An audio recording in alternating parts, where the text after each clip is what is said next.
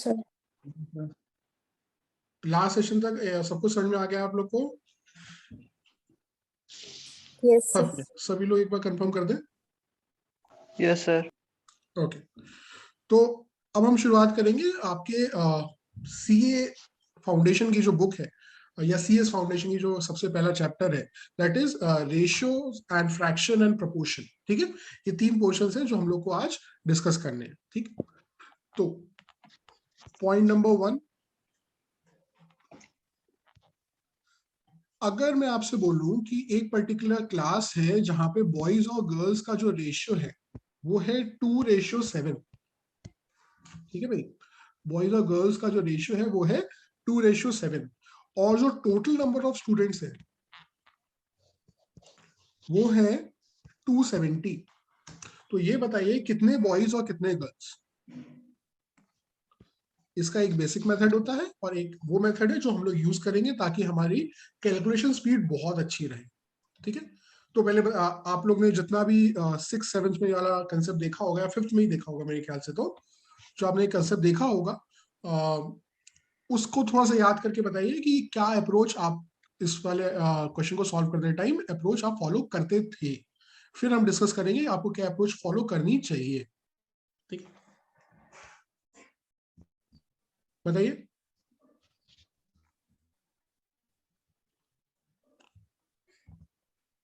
uh, 60, 110।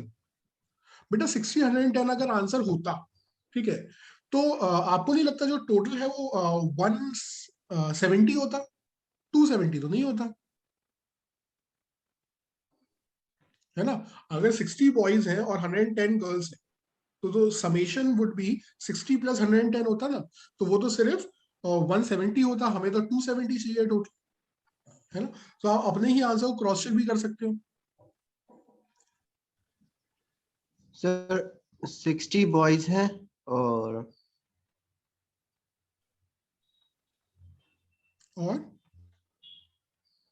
210 girls. कैसे किया? Answer सही है आपका सर उसको इंटू कर दिया सर, जो 9 को इंटू किया 270 से। किसको इंटू किया?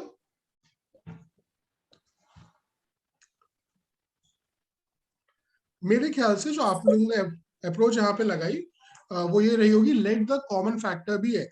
तो बॉयज आपने मान लिए 2x होंगे, गर्ल्स आपने मान लिया होगा 7x होंगे। सो जो टोटल है बॉयज प्लस गर्ल्स वो होंगे 9x। फिर आपने 9x को ले लिया 270 के बराबर। तो अगर 9x 270 है तो x हो जाएगा 30, और x अगर 30 है तो वापस आपने x को यहाँ पे रखा तो हो जाएगा 2 × 30, और जब यहाँ पे रखा तो हो जाएगा 7 × 30। यही किया?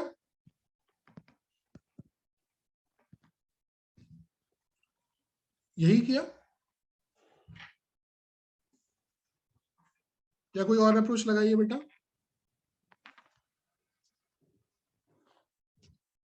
अरे बताओ। सर हमने वैसे किया था सर, बॉयज का रेशियो 2 लिया, फिर अपॉन में बॉयज और गर्ल का रेशियो का एडअप लिया, मतलब सम ऑफ रेशियो, और into 270 very good, very good, total. Very good, बिल्कुल सही बोला आपने। क्योंकि अब हम लोग ने लास्ट क्लास में जो सीखा था उसको आपने बिल्कुल अच्छी तरह से इम्प्लीमेंट किया इसको, है ना। तो आपने बोला कि भैया अगर मेरे को बॉयज का रेशियो, बॉयज और गर्ल्स का रेशियो 2:7 है, तो इसका मतलब बॉयज का जो फ्रैक्शन होगा that would B 2, boys would B 2 if the total is 2 + 7। Very good. ठीक है, तो ये रेशियो को फ्रैक्शन में कन्वर्ट किया आपने, जैसा हम लोगों ने लास्ट क्लास में सीखा था, है ना। फिर आपने बोला फ्रैक्शन को अगर मैं 100 से मल्टीप्लाई कर दूं तो वो बन जाता है परसेंटेज। हमने लास्ट क्लास में सीखा था फ्रैक्शन को अगर मैं 100 से मल्टीप्लाई कर दूं तो बनता है परसेंटेज, और अगर फ्रैक्शन को हम मल्टीप्लाई कर दें टोटल से तो वो बन जाता है हमारी वैल्यू, है ना। सो इस तरीके से भी आप कर सकते थे। तो boys would B this much, girls would B this much, है ना। सॉल्व करोगे आंसर आ जाएगा, right. This approach number 2। Yes sir. ये हो गई हमारी अप्रोच नंबर 2। ठीक है, तो ये अप्रोच अच्छी है जब टोटल गिवन होता है। ठीक है, ये अप्रोच अच्छी है अगर इन तीनों में से कोई भी चीज गिवन होती है। ठीक है, फॉर एग्जाम्पल मैं पहले क्वेश्चन ले लेता हूं, फिर मैं इसको एक्सप्लेन करता हूं आपको। अगर मैं बोलता कि बॉयज रेशियो गर्ल्स जो है वो तो है 2:7, लेकिन हमें जो गिवन है वो ये गिवन है कि जो गर्ल्स है वो 280 है। तो अब ये बताइए कि बॉयज कितने होंगे और ये बताइए कि टोटल स्टूडेंट्स कितने होंगे। अब बताइए अब क्या अप्रोच फॉलो करोगे आप?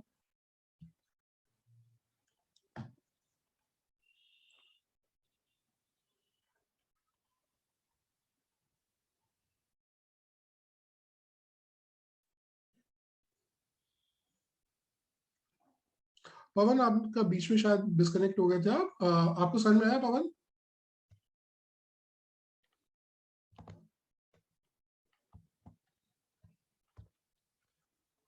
पवन एनी डाउट्स? No sir. हाँ, तो बताइए यहाँ पे क्या क्या अप्रोच फॉलो करोगे? क्या आप ये जो लास्ट क्वेश्चन में आपने ये वाली अप्रोच बताई थी वो फॉलो कर पाओगे क्या इस क्वेश्चन में?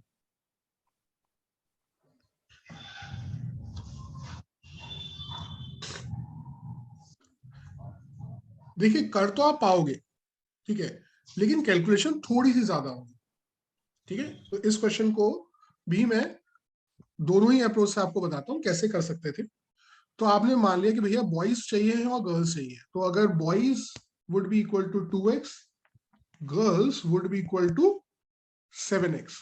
फिर आप रख दोगे गर्ल्स जो 7x है उसको रख दोगे आप 280 के बराबर, तो उससे आपका x आ जाएगा, दैट वुड बी 280 अपॉन 7, जो कि हो जाएगा 40। फिर x इजिकल्स टू 40 को आप सब्सटीट्यूट करोगे 2x में, तो हो जाएगा 2 इंटू 40 जो कि हो जाएगा 80, और गर्ल्स तो हमें पता ही है, तो टोटल कितना होगा? अगर बॉयज 2 हैं गर्ल्स 7 है तो टोटल हो जाएगा 2x प्लस 7x मतलब 9x।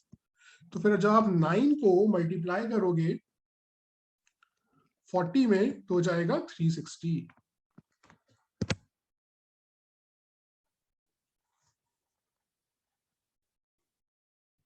ठीक है, तो वो हो जाएगा कितना? 360।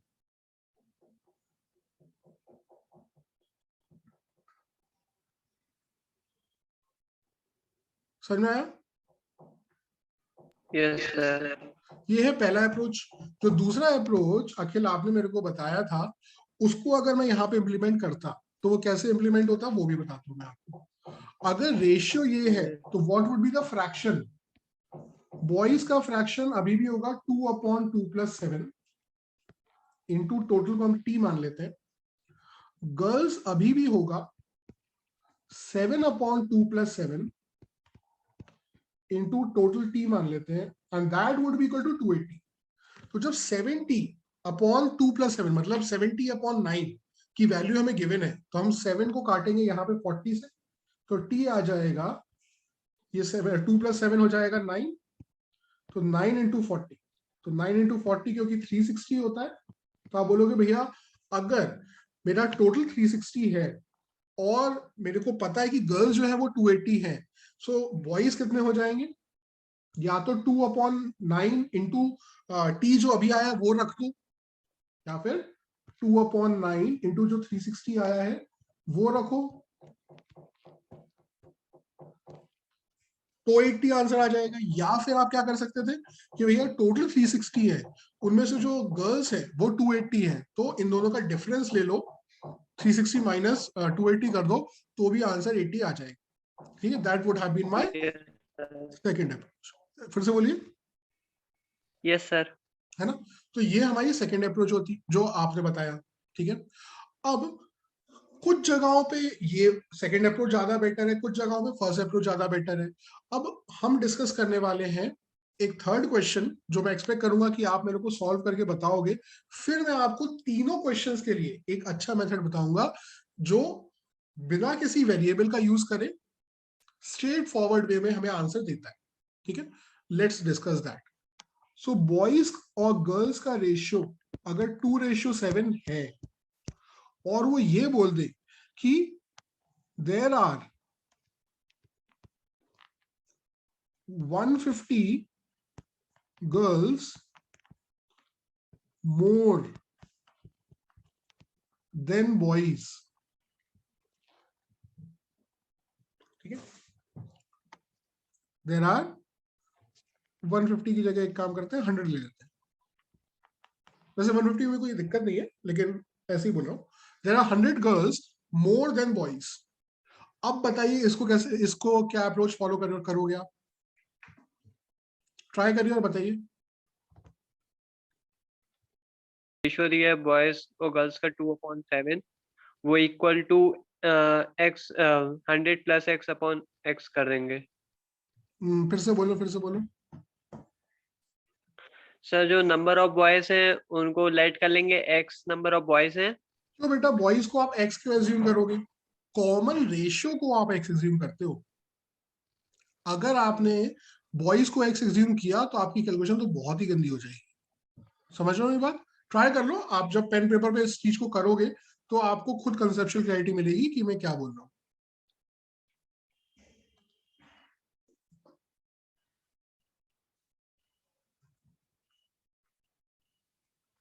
कोई और अप्रोच?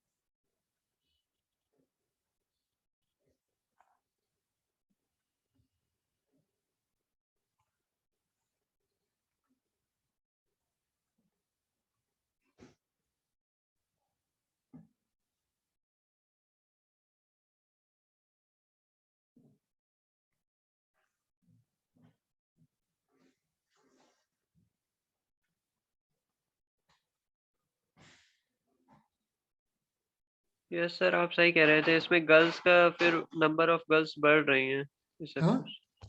सो जो आप अप्रोच बोल रहे हो वो गलत नहीं है, ठीक है, लेकिन उससे कैलकुलेशन गंदी हो जाएगी, वो भी बिल्कुल बात सही है, ठीक है। जो आप अप्रोच बोलो पहले मैं उसी अप्रोच से बता देता हूँ, ठीक है, वो तीसरी अप्रोच, ठीक है, कि अगर मैंने बॉयज ले लिए एक्स, मैंने गर्ल्स, इसका मतलब होंगी 100 प्लस एक्स। अब बॉयज अपॉन गर्ल्स का रेशियो है 2/7, क्रॉस मल्टीप्लाई करोगे तो हो जाएगा 7x इक्वल्स टू 200 प्लस का 2x, तो इससे आ जाएगा 5x इक्वल्स टू 200 और x इक्वल्स टू 40, ठीक है। Yes sir. ठीक है, x इक्वल्स टू 40 रखोगे तो बॉयज हो जाएंगे 40, x की जगह पे रखो, क्योंकि बॉयज हमने x माने थे और गर्ल्स मैंने 100 प्लस x मानी थी, तो बॉयज हो जाएंगे 40 और 100 प्लस 40 हो जाएगा 140, ठीक है। देखो इनका डिफरेंस जो है वो 100 आ रहा है, बिल्कुल आ रहा है। तो ये अप्रोच एक तीसरी अप्रोच है जो आपने मेरे को बताई, मैंने वो भी करके बता दिया आपको, ठीक है, लेकिन वो approach is not a good approach, ठीक है। अब हम डिस्कस करेंगे तीनों क्वेश्चंस के लिए एक अच्छी अप्रोच, ठीक है। अच्छा, दूसरी अप्रोच क्या हो सकती थी जो आप फॉलो कर सकते थे? आप बॉयज मान लेते 2x, गर्ल्स मान लेते 7x। अगर बॉयज 2x है, गर्ल्स 7x है, तो दोनों का डिफरेंस कितना है? 5x है। Let the common ratio be x, तो बॉयज हो जाएंगे हमारे 2x, 2 सुंदर नहीं लग रहा, मैं सुंदर लिख देता हूं उसको पहले, तो बॉयज हो जाएंगे 2x, गर्ल्स हो जाएंगी 7x, तो गर्ल्स माइनस बॉयज कितने हो जाएंगे? 7x माइनस 2x जो कि 5x है। अब 5x को रख दो 100 के बराबर, तो उससे x आ जाएगा 20। अब x इक्वल्स टू 20 रख दो यहाँ पे और यहाँ पे, तो 2 इंटू 20 हो जाएगा 40 और 7 इंटू 20 हो जाएगा 140। ये सेकेंड अप्रोच थी, ठीक है। लेकिन अगर आप ये वाली अप्रोच फॉलो करने के पीछे जाओगे तो और ज्यादा आपके लिए डिफिकल्टी हो जाएगी, मतलब बहुत ज्यादा डिफिकल्टी नहीं होगी क्योंकि ये सिंपल क्वेश्चन है, ठीक है। बॉयज हो जाएंगे 2/9x, गर्ल्स हो जाए 2/9 इंटू टी, गर्ल्स हो जाएंगी 7/9 इंटू टी, इनका डिफरेंस हो जाएगा 7t/9 minus 2t/9, that would be equal to 100, ठीक है। फिर उसके बाद टी आएगा, तब जाके फिर आप बॉयज और गर्ल्स निकाल पाओगे, ठीक है। अब हम डिस्कस करने वाले हैं बेटा एक ऐसा मेथड जहां पे आपको इनमें से कोई भी लंबी कैलकुलेशन पे नहीं जाना। ध्यान सुनना मेरी बात। अगर पहला क्वेश्चन क्या था कि बॉयज अपॉन गर्ल्स है 2:7, राइट, और अगर टोटल जो है कितना लिया था, 270 लिया था ना, यस सर। ठीक है। अब जरा देखो सभी लोग पेन पेपर छोड़ के सिर्फ देखो मैं क्या बोल रहा हूं। अब बस इसको ऐसे लिखिए कि बॉयज गर्ल्स और टोटल, कंसेप्ट सुनना मेरा, और डिफरेंस भी लिख लो चलो। तो बॉयज है 2, अगर गर्ल्स है 7, मतलब रेशियो का मतलब ये होता है कि द मिनिमम चीज बता देगा वो आपको कि अगर बॉयज है 2 तो गर्ल्स है 7, इसका मतलब तो टोटल हो जाएंगे 9, तो डिफरेंस हो जाएंगे 5, 2 और 7 का डिफरेंस, है ना,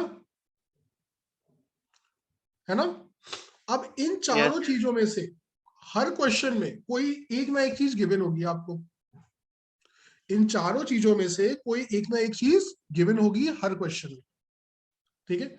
इस क्वेश्चन में क्या गिवन है, टोटल। तो आप अपने आप से पूछोगे कि भैया 9 में ऐसा क्या मल्टीप्लाई कर दूं कि 270 हो जाए, and that would be called the multiplying factor या कॉमन रेशियो जो आप बोलते थे। समझ में आ रहा है। तो आप अपने आप से पूछोगे कि भैया 9 में ऐसा क्या मल्टीप्लाई कर दूं कि 270 हो जाए, तो इस क्या की वैल्यू वुड बी 270/9, जो कि हो जाएगी 30। सो ये कहलाएगा मल्टीप्लाइंग फैक्टर। बिना वेरिएबल यूज करे हर क्वेश्चन मैं अभी आपको सॉल्व करके दिखाऊंगा। 30 मल्टीप्लाई करोगे तो यहाँ पे हो जाएगा 210, 30 मल्टीप्लाई करोगे तो यहाँ पे हो जाएगा 60।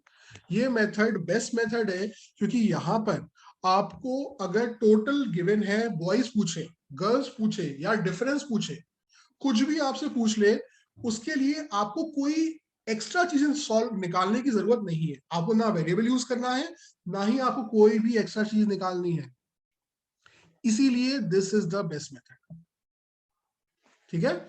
सेकेंड क्वेश्चन यहां पे गिवन था गर्ल्स 280 है, ठीक है। तो यहां पे क्वेश्चन था कि बॉयज रेशियो गर्ल्स अगर 2:7 है और गर्ल्स जो है वो 280 है, तो मैं कैसे लिखूंगा, BG टोटल। यहाँ पे डिफरेंस का कोई काम नहीं है, तो मैं नहीं लिखूं तो भी चलेगा, तो जाएगा 2/7, और अगर बॉयज है 2 गर्ल्स है 7 तो टोटल हो गए 9। अब ये गिवन है कि 7 में ऐसा क्या मल्टीप्लाई करें कि 280 हो जाए, 7 में ऐसा क्या मल्टीप्लाई करें कि 280 हो जाए। तो मल्टीप्लाइंग फैक्टर क्या होगा, 7 में ऐसा क्या मल्टीप्लाई करें कि 280 हो जाए, तो इस क्या की value would be 280/7 and that would B 40। So multiplying factor हो गया 40। 40 इंटू 2 करोगे 80 आएगा, 40 इंटू 9 करोगे तो 360 आएगा। क्या एक भी एक्स्ट्रा चीज निकालनी पड़ी हमें, नहीं। अगर वो हमसे डिफरेंस पूछ लेता, तो जब बॉयज थे 2 गर्ल्स थी 7 तो हमारा डिफरेंस था 5, अब हमारा इसका भी मल्टीप्लाइंग फैक्टर 40 ही होगा, the answer would be 200। 5 into 40 200, ठीक है। थर्ड क्वेश्चन मैंने आपसे बोला देयर आर 100 मोर गर्ल्स, जब यहां पे ये गिवन है there are 100 more girls than boys, इसका मतलब वो क्या बोल रहा है बेटा, एक तरीके से डिफरेंस दे रहा है इस बार आपको, ठीक है। तो बॉयज गर्ल्स टोटल, ये तीनों चीजें वो आपसे पूछ रहा है, इनमें से कुछ भी पूछ सकता है वो आपसे, और आपसे एक्सपेक्ट कर रहा है कि आप उसको क्या बता दो, मल्टीप्लाइंग फैक्टर बता दो, ठीक है। कैसे करोगे इस क्वेश्चन को सॉल्व, लेट्स डिस्कस, और फिर मैं आपसे आपके डाउट्स भी पूछूंगा। सो बॉयज होंगे 2 if the girls would B 7, so the total would be 9, the difference would be 5।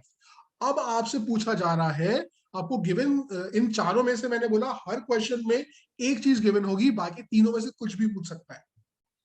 यहां पे वो आपको क्या दे रहा है कि ये जो डिफरेंस है वो 100 है। 100 गर्ल्स मोर देन बॉयज ना, तो जितने भी बॉयज होंगे उसे 100 गर्ल्स ज्यादा है, एक तरीके से डिफरेंस गिवन है आपको। तो अब आप अपने आप से पूछोगे कि भैया 5 में मैं ऐसा क्या मल्टीप्लाई करूं कि 100 हो जाए, तो इस क्या की वैल्यू वुड बी 100/5, ठीक है, जो कि हो जाएगा 20। अब आप 20 यहां मल्टीप्लाई करो, 20 यहां मल्टीप्लाई करो, 20 यहां मल्टीप्लाई करो, बढ़िया तरीके से तीनों के तीनों आंसर बिना किसी वेरिएबल को यूज करे आ गए आपके पास, ठीक है।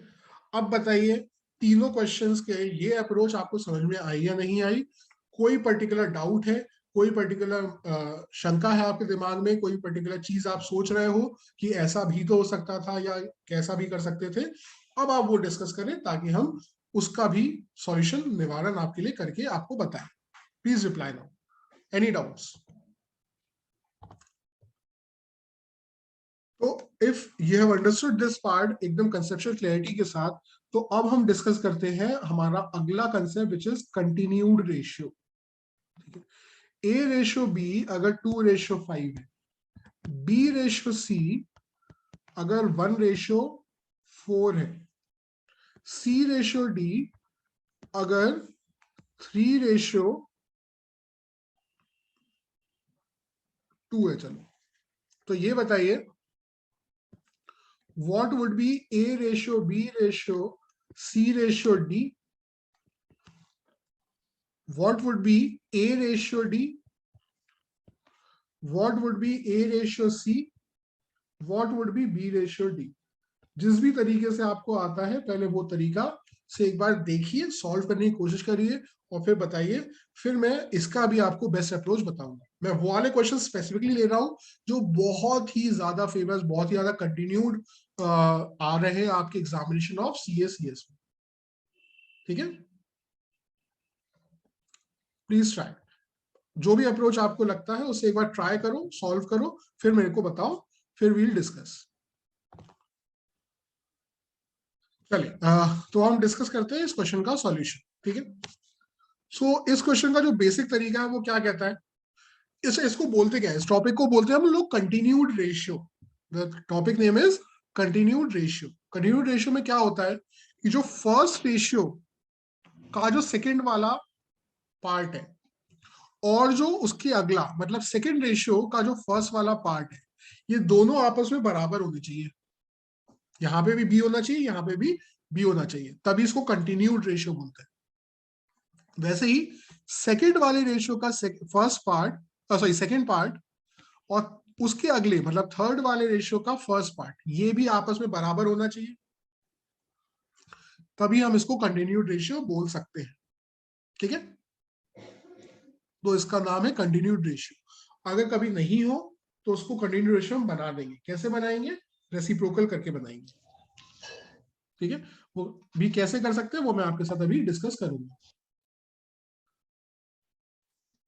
ठीक है।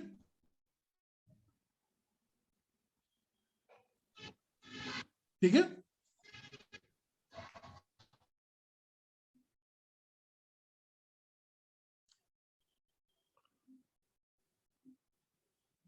तो पहले बेसिक मेथड बताओ या अच्छी मेथड शुरुआत से डिस्कस कर लेते हैं अपन लोग, ठीक है। So I discuss the best method with you directly, ठीक है। तो यहाँ पे बेस्ट मेथड क्या बोलता है कि अगर आपको इन चारों का रेशियो चाहिए, ध्यान सुनना मेरी बात,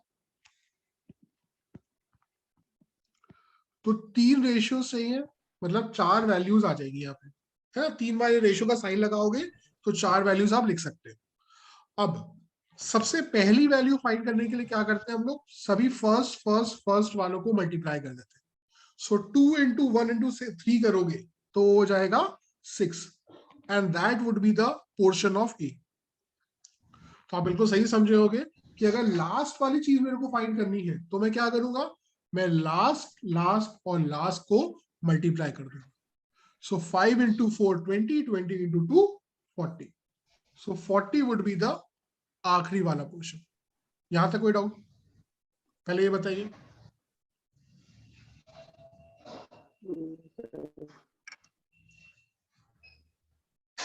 कैसे किया, ये समझ में आ गया ना? क्यों किया वो मैं डिस्कस करूंगा बाद में, लेकिन अभी पहले ये बताइए कैसे किया, ये समझ में आ गया? इसमें कोई डाउट? No sir. ठीक है, नो सर। चलो अब आगे की बात थोड़ी ध्यान से सुनना, वो इंपॉर्टेंट है। ठीक है, वहां पर थोड़ा सा नहीं सोचना आया। पड़ेगा। ठीक है, अब A/B इज इक्वल्स टू 2/5 को देखो ध्यान से, और ये सुनो कि जब A2 था, जब A2 था तो B5 था, जब A2 था तो B था 5।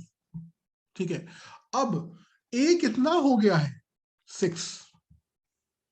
अब A हो गया है 6, तो आप फिर अपने आप से वही क्वेश्चन पूछोगे कि भैया 2 में ऐसा क्या मल्टीप्लाई कर दे कि 6 हो जाए?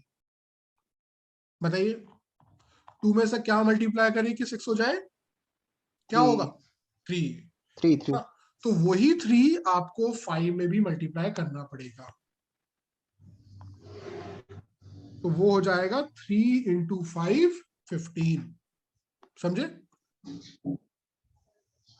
समझे? फिर यस।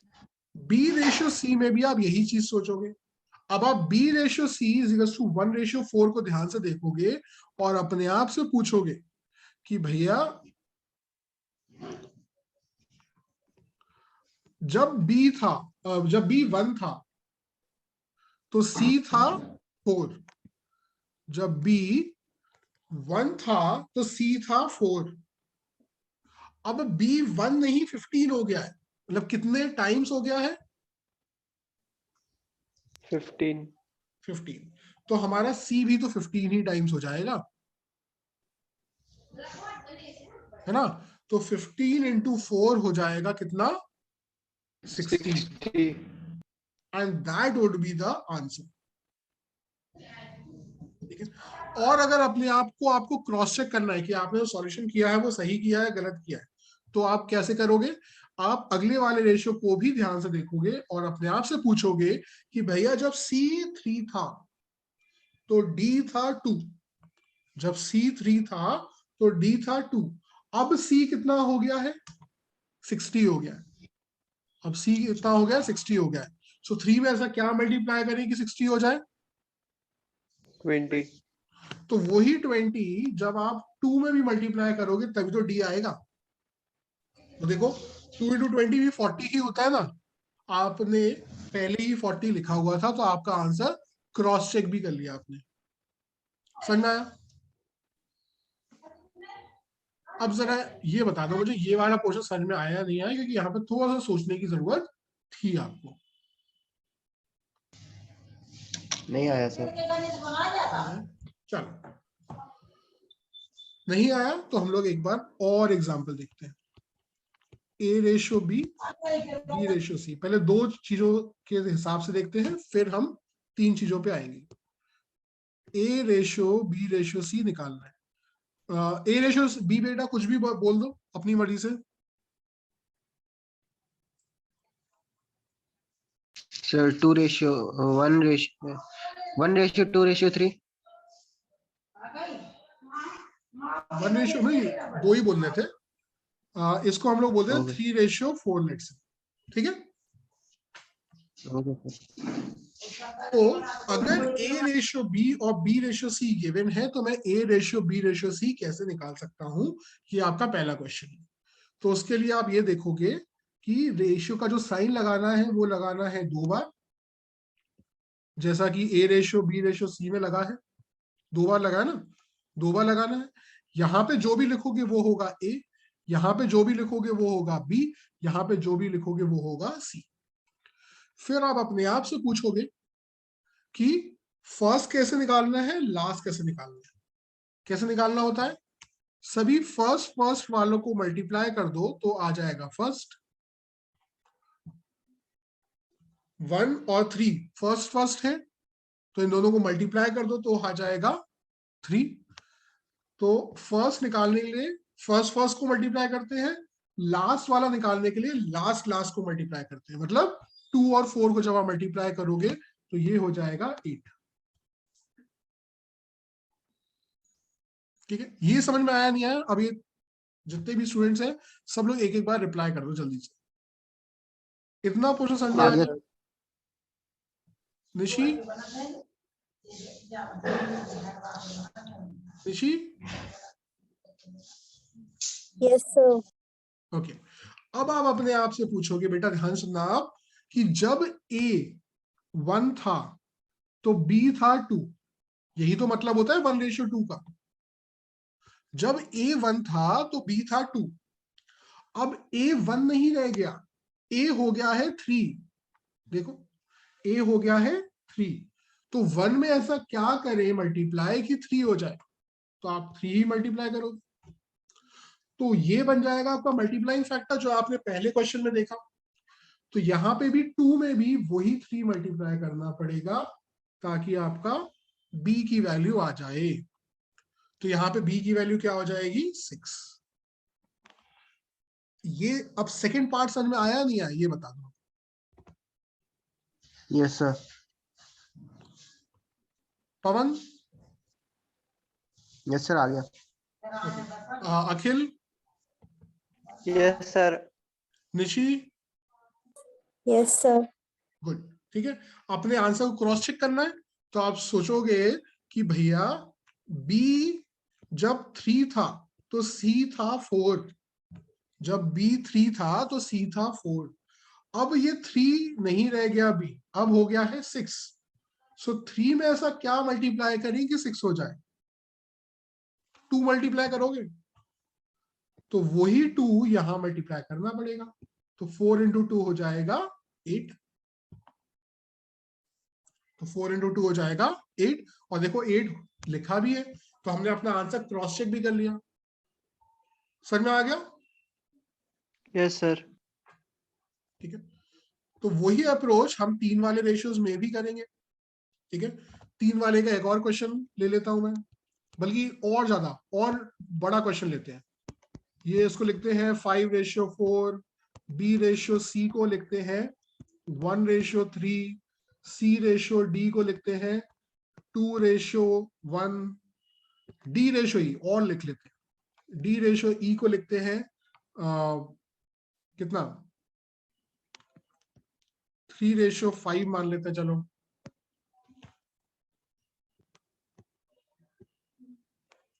3:5। और फिर अगर मैं आपसे पूछूं कि A/B/C/D/E क्या होगा, तो आप क्या करोगे? आप 5 ये साइन लगाओगे, सॉरी 4 ये साइन लगाओगे, तो ये 5 वैल्यूज 1 2 3 4 5 ये वैल्यूज आपके सामने आ जाएंगी लिखी हुई। ठीक है, फिर आप वही चीज अप्लाई करोगे जो आपने फर्स्ट उसमें अप्लाई करी थी। ठीक है, ए कैसे निकालोगे जरा बता दो, और ई कैसे निकालोगे वो बता दो बस। First number. बोलो बोलो, ए की वैल्यू क्या होगी? सर पहले 30। सबसे पहले वेरी गुड। सभी फर्स्ट को मल्टीप्लाई करोगे तो आ जाएगा ए। तो 5 × 1 होता है 5, 5 × 2 होता है 10, और 10 × 3 होता है 30। सो 5 × 1 × 2 × 3 बन जाएगा 30, जो कि मेरा होगा पहला पोर्शन। फिर ई कितना होगा बताओ?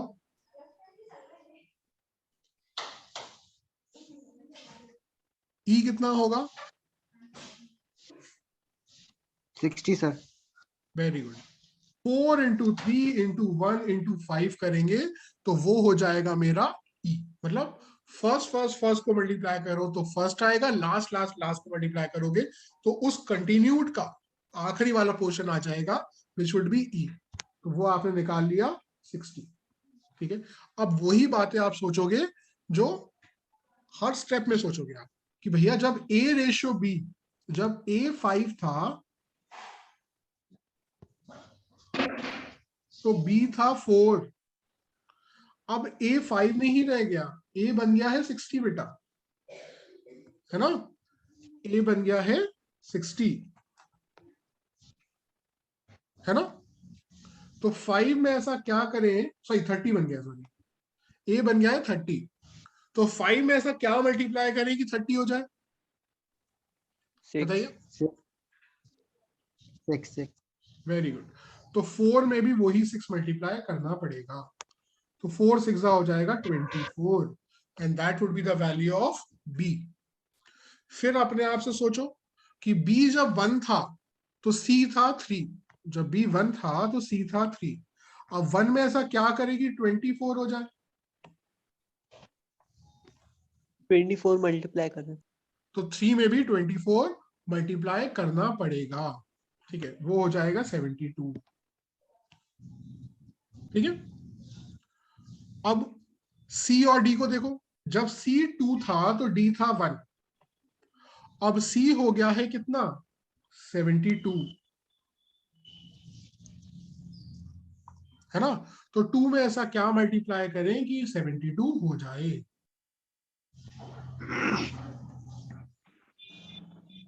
36। तो डी में भी 1 में भी मतलब 36 ही मल्टीप्लाई करेंगे तो ये आंसर आएगा।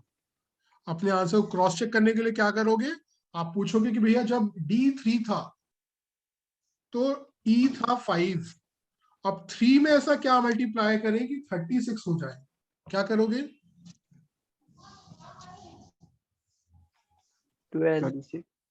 तो वही 12 5 में मल्टीप्लाई कर दो तो आपका क्या आ जाएगा, ई आ जाएगा, जो ऑलरेडी आपने लिखा हुआ है, तो आपका आंसर भी क्रॉस चेक हो गया। ये बात समझ में आई।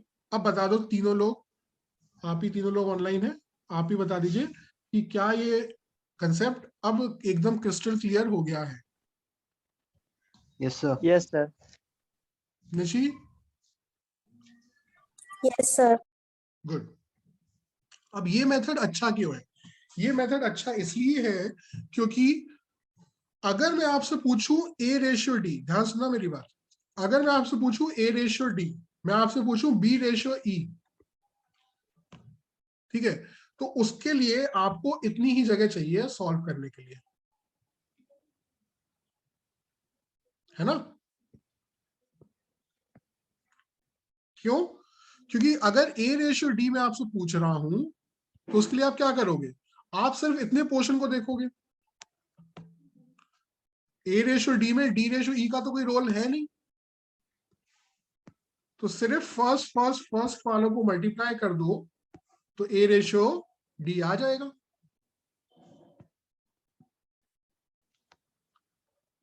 तो ए रेशियो डी निकालने के लिए क्या करोगे आप, फर्स्ट का मल्टीप्लाई करोगे तो आ जाएगा ए, जो कि हो जाएगा 5 2 10, लास्ट को मल्टीप्लाई करोगे तो हो जाएगा 12। हमें सिर्फ डी तक ही तो जाना था, ये समझ में आया।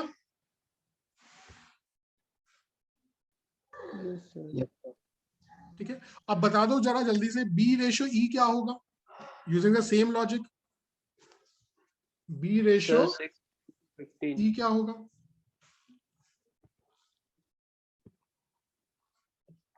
क्या होगा बेटा, 6:15। Very good. जब मेरे को बी रेशियो ई चाहिए है तो ए रेशियो बी का तो कोई काम नहीं है, बी रेशियो ई चाहिए तो फर्स्ट को मल्टीप्लाई किया तो हो गया 6, लास्ट को मल्टीप्लाई किया तो हो गया 15, खत्म, ठीक है।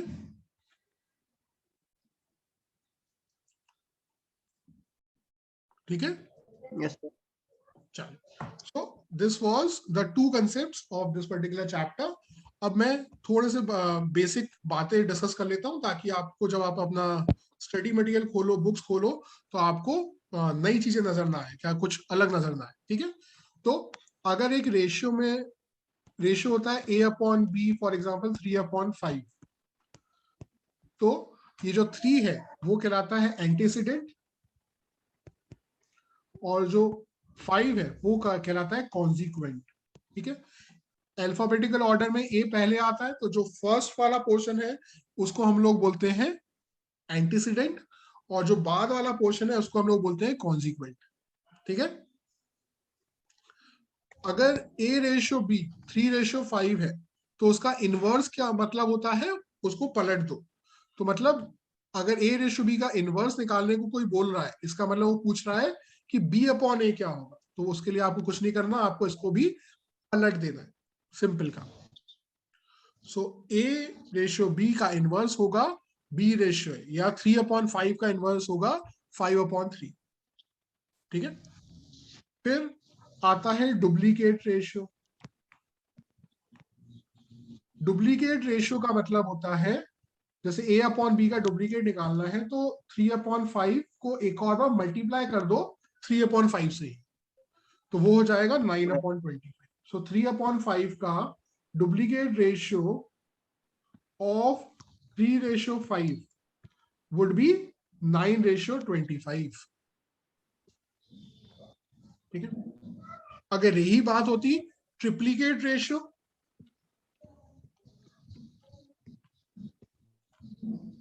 अगर यही बात ट्रिप्लीकेट रेशियो ऑफ 3/5 की बात होती तो हम क्या करते हैं, ट्राई का मतलब होता है 3, सो हम 3/5 इंटू 3/5 इंटू 3/5 3 बार कर देते हैं उसको, है ना। तो डुप्लीकेट का मतलब होता है 2 बार मल्टीप्लाई कर दो उसी को, और ट्रिप्लीकेट का मतलब होता है 3 बार मल्टीप्लाई कर दो उसी को। तो ये होता है duplicate ratio, triplicate ratio, inverse ratio. ठीक है। यहां तक कोई डाउट, एंटीसीडेंट और कॉन्सिक्वेंट क्या होता है रेशियो में, यहां तक understood? Just reply with a you, या फिर आप बोल सकते हो यस सर। गुड। ठीक है। अब अगर ऐसा कुछ लिखा हुआ है कि 36/49, अगर a अपॉन b है 36/49 और आपसे पूछा जाए what is the sub duplicate ratio of a ratio b, तो इसका मतलब क्या होता है, अंडर रूट ले लो। ठीक है। सो 36 का अंडर रूट लोगे तो 36 का अंडर रूट हो जाएगा 6, और 49 का अंडर रूट जब आप लोगे तो वो हो जाएगा 7। सो सब duplicate ratio of a ratio b इस केस में हो जाएगा 6/7, 6/7 या 6/7। ठीक है। बिल्कुल आप सही दिमाग में आपके चल रहा होगा कि भैया अगर a लिखा हुआ है 8/125, a अपॉन b अगर लिखा हुआ है 8/125, तो इसका सब ट्रिप्लीकेट क्या होगा, इसका सब triplicate ratio of a ratio b क्या होगा, क्यूब रूट कर दो, यस सर। क्यूब रूट कर दो। सो 8 का क्यूब रूट होता है 2, 5 का क्यूब रूट 125 का क्यूब रूट होता है 5। सो इसका आंसर हो जाएगा 2/5। ठीक है। इसका आंसर हो जाएगा 2/5। क्लियर?